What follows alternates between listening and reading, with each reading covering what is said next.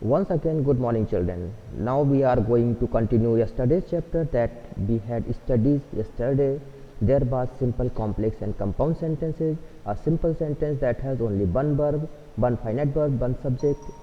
A compound sentence has more than one independent sentences connected by coordinating conjunctions, and a complex sentence is one in which one part is principal clause or main clause and another part is subordinate clause.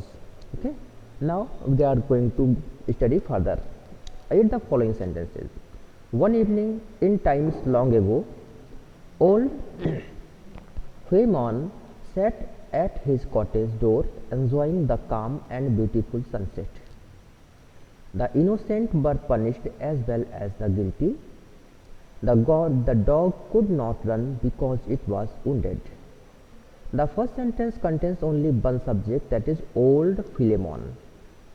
That is old Philemon, and one finite verb sat. Okay, there is no other verb. It is therefore a simple sentence. बिल्कुल भी ध्यान मत दीजिए कि sentence अगर बहुत लंबा है तो वो सिंपल नहीं हो सकता. Sentence is simple, it may be of 4 lines also.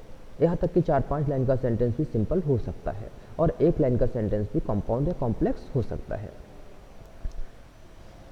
The second sentence contains 2 clauses of equal rank base, जो कि है सेकेंड सेंटेंस में 2 क्लॉजेज इक्वल रैंक के हैं. The innocent were punished, the guilty were punished. दोनों ही देखिए यहाँ पर इन्होंने एज वेल एज से जोड़ा है, लेकिन द गिल्टी के साथ भी सेंस चलेगा. The innocent were punished, the guilty were punished. Therefore it has 2 sentences of equal rank. It is therefore a compound और double sentence. Exercise number 1.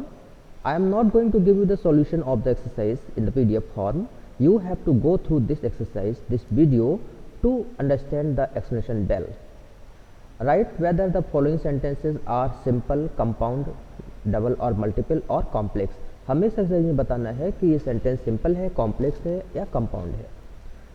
Old mother Howard went to the cupboard to get the poor dog a bone. Old mother is single sentence, single subject, and bent is single finite verb. So sentence number 1 is a simple sentence. जो waited for the rain, जो one subject, waited one finite verb, इसलिए number 2 is also a simple sentence. Mary and Samant took the bus. Mary और सामंत ने बस पकड़ी. तो ये हमारा सिंपल सेंटेंस नहीं है क्योंकि मैरी एक सब्जेक्ट है, सामंत दूसरा सब्जेक्ट है. इसका मतलब है कि Mary took the bus, Samant took the bus, इसलिए ये हमारा कंपाउंड सेंटेंस हो गया. People who eat too much die early. देखिए यहाँ पर हु है और जहाँ पर भी who, where, why, which, what इस तरह के कंजंक्शंस होते हैं तो वो सेंटेंसेस हमारे कॉम्प्लेक्स होते हैं. ये सेंटेंस भी कॉम्प्लेक्स क्योंकि वो लोग जो ज़्यादा खाते हैं बीमार हो जाते हैं. तो इसमें जो है डाई अर्ली, जल्दी मर जाते हैं, डाई अर्ली ये हमारा प्रिंसिपल क्लॉज हो गया और हु ईट ये डिपेंडेंट सेंटेंस है.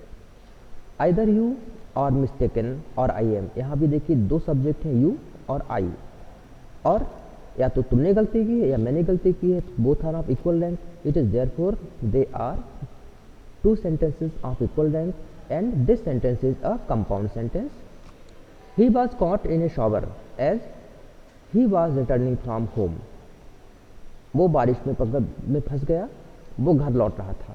दोनों सेंटेंसेस इक्वल रैंक के हैं, कोई भी एक दूसरे पर नहीं है. हम कह सकते हैं वो बारिश में फंस गया, वो घर लौट रहा था. It is therefore a compound sentence. Okay, exercise number 2.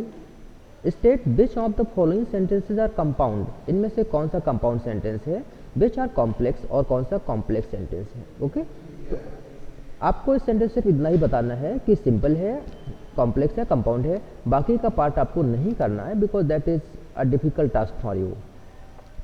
Man is guided by reason and beast by instinct.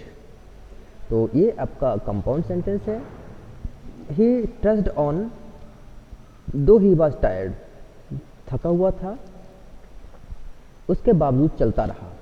तो दिस इज आल्सो, यहाँ पर दोनों सेंटेंस इक्वल रैंक के हैं. थका हुआ था तब भी चलता रहा, it is also a compound sentence. The common the commons pass the bill but the lords through it. Commons ने पास किया लेकिन लॉर्ड्स ने फेंक दिया, इसलिए ये भी हमारा कंपाउंड सेंटेंस है। He will yield neither to force nor to persuasion, ये भी आपका कंपाउंड सेंटेंस है। The man who stole your purse has been arrested. Who stole, जिसने चुराया, हु का यूज हुआ है, it is therefore complex sentence. The police must know where he is living, वो जहाँ रहता है पुलिस को पता होना चाहिए, so this is also a complex sentence. Now children, you have to do this exercise in your copy, both of them, and then we will go for the next chapter. Thank you. Have a nice day.